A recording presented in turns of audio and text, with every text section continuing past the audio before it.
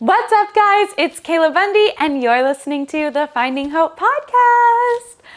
I'm so happy you're here. Don't forget to turn on your notifications, subscribe, like, comment, go check this out on YouTube, and be a part of our Facebook community and Instagram community at the Finding Hope podcast. For today's segment, it is what I would say to the person involved in drama right now. And I would say the drama does not define you.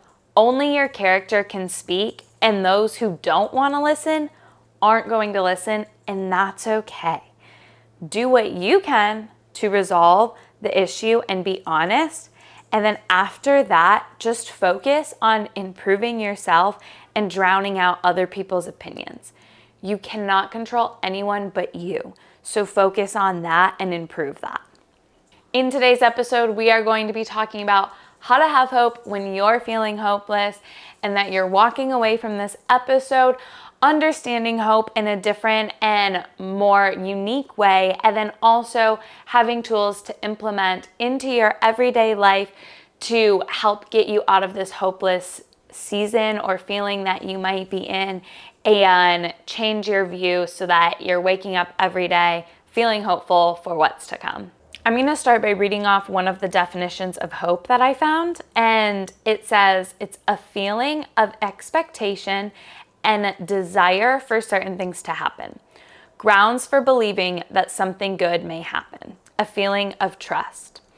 And then another definition I found that I really liked is from Wikipedia, and it says, hope is an optimistic state of mind that is based on an expectation of positive outcomes with respect to events and circumstances in one's life or the world at large. And then the last definition of hope that I'm going to read is a biblical definition, and it's found in Romans 8:24 through 25, and it says, "But hope that is seen is not hope. For why does one also hope for what he sees? But if we hope for what we do not see, with perseverance we wait eagerly for it."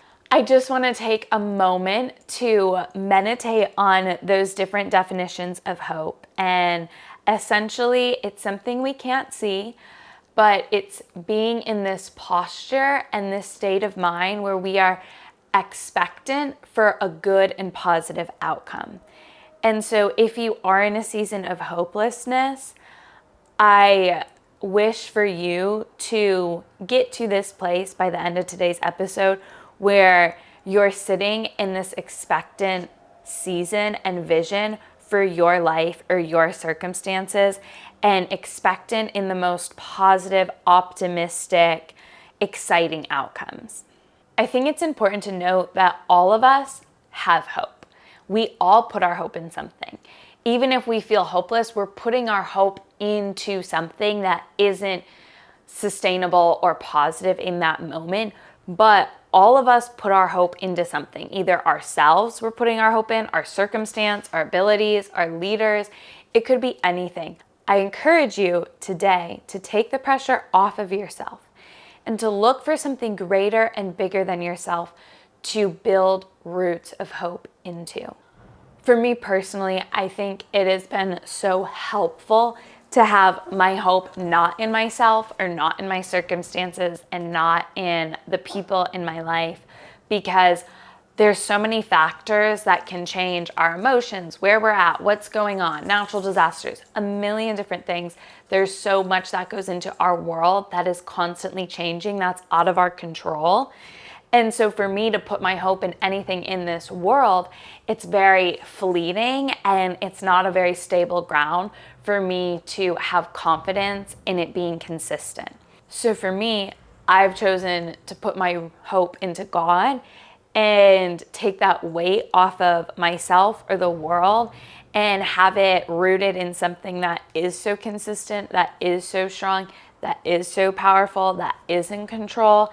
And I have this trust and this relationship with the Lord that helps guide my everyday hopelessness when I'm feeling down and when I feel lost, and bringing it back and having it so central to a being that is so much greater and so trustworthy. So I definitely think knowing where your hope is rooted and defining where you want to place those roots and have that hope is so essential to finding it. Because if you don't know what your hope is in, if you don't know if it's in yourself, if you don't know if you've placed your hope in the people around you or in the job that you want to get or in the school you want to get into, if you don't know where your hope is placed, it's so hard to find at times of need. It's easy when life's going good and everything's great, but when you're in a dark moment or a dark time in your life and it's depressing and there's anxiety and there's all these things that you're walking through, it is so essential to know beforehand and during where you are choosing to put your hope into, and knowing that it is stable, it is secure, and it is going to always proceed and see through at the end of the day.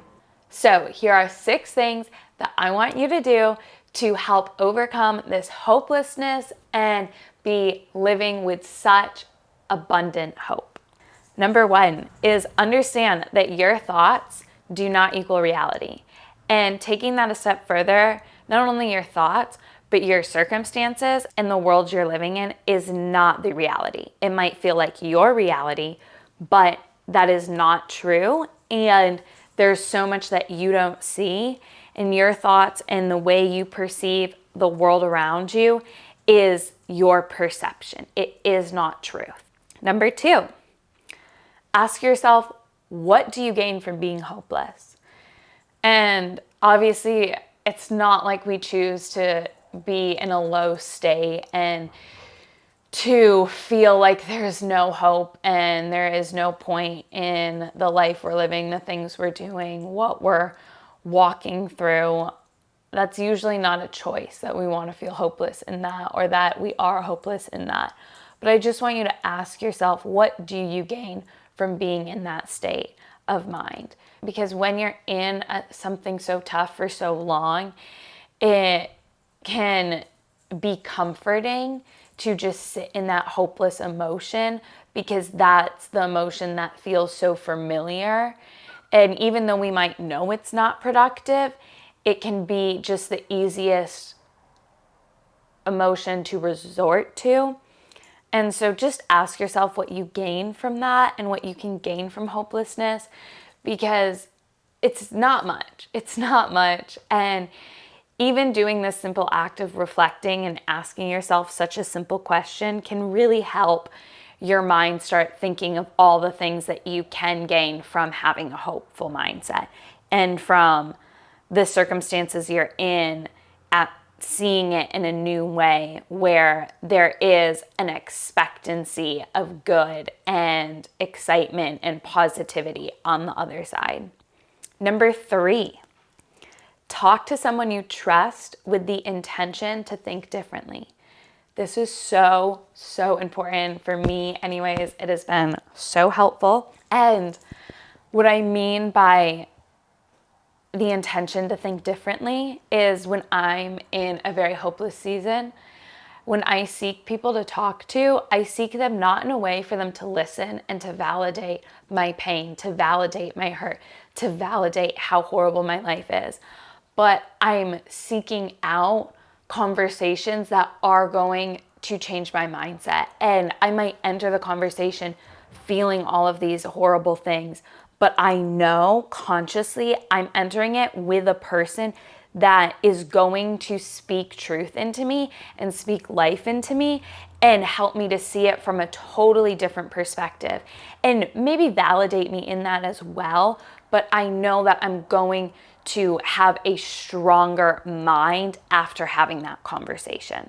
Number 4 is to reset your expectations. Either your expectations are too high or they're too low, and there needs to be a middle ground, but resetting your expectations. I know when I can get so stuck in fight after fight or drama after drama, and it kind of leads down this spiral, my expectations for something good to happen can be so low. And when I'm setting myself up every single day, expecting things not to go well, that's a horrible way to invite that space and those opportunities for something good and great to happen. I love the quote. I don't know who it's from, but it basically says, like, if you think you can or you think you can't, you will. And I think it's so true with our expectations. If we're expecting the worst, if we're expecting the best, that is what's going to happen. And so, just like the one quote said, being in a state of expectancy that something good is going to happen, that is where we want to be. And having those expectations that are so optimistic and are able to put us in a totally different posture than what we might currently be used to is so important, that we're able to reset those expectations. And maybe we have to have that mental talk and that mental reset every day. Maybe it's every hour, but resetting those expectations for an optimistic, positive outcome every single day, every single moment is key and so essential to allowing those good things, the space and the energy to come into your life. Number 5 is fill your mind with truth to drown out the lies. We are in a world where we consume so much noise. And the more you can drown out all of the static sounds and to actually focus on the truth, it will slowly start renewing your mind each and every day.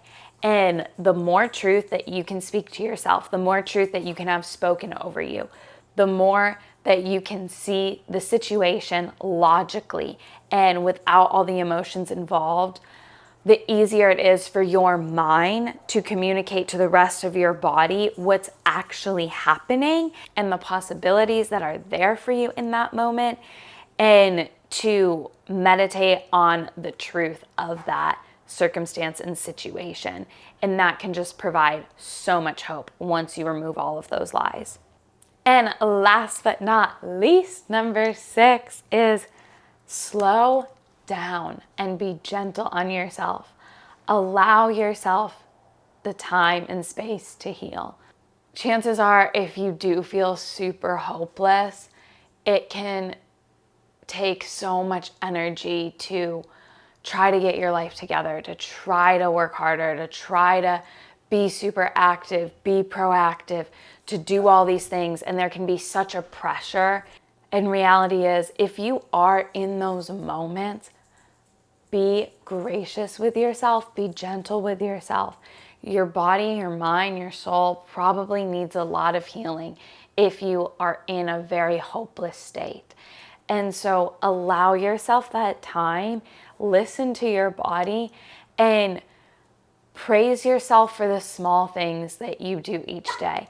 Instead of being discouraging to yourself or disappointed or embarrassed for where you are and what you're going through, be proud and be encouraging and talk to yourself and treat yourself in a way that is uplifting and understanding and calling you higher, of course, but being patient with yourself. I hope this podcast was helpful to you guys. I hope this changed your mindset or your view of hope and how to attain it, what it's rooted in, how to get to a place where you are in such an expectancy for the good and the great and the abundance that this life has to offer to you. So thank you so much for tuning in. I love you guys. I cannot wait to talk to you next week. Bye.